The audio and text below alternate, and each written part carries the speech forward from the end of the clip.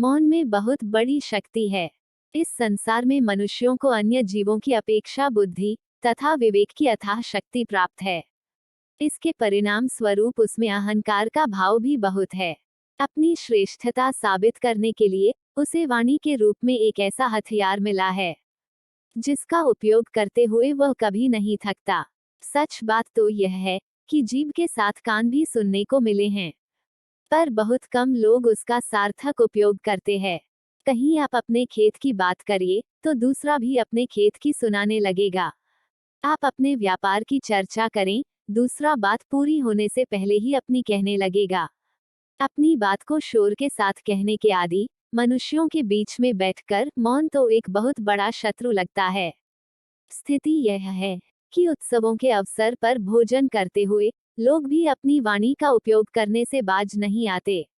नीति विशारद चाणक्य कहते हैं कि जो मनुष्य 1 वर्ष तक मौन रहकर बिना बोले भोजन करता है, वह अवश्य ही जीवन में मान सम्मान प्राप्त करने के अलावा बाद में भी स्वर्ग भोगता है। आधुनिक चिकित्सा शास्त्री कहते हैं कि भोजन करते समय मौन रहना चाहिए, जिससे पेट का हाजमा ठीक रहता है। हालांकि चाणक्य का मानना है कि मनुष्य को अपने जीवन में 1 वर्ष मौन भी रखना चाहिए, पर हमारा मानना है कि अगर यह संभव नहीं हो तो कम से कम भोजन, स्नान तथा कोई अन्य काम करते समय जहां तक हो सके अपनी इंद्रियों की शक्ति बढ़ाने के लिए मौन रहना ही श्रेयस्कर है।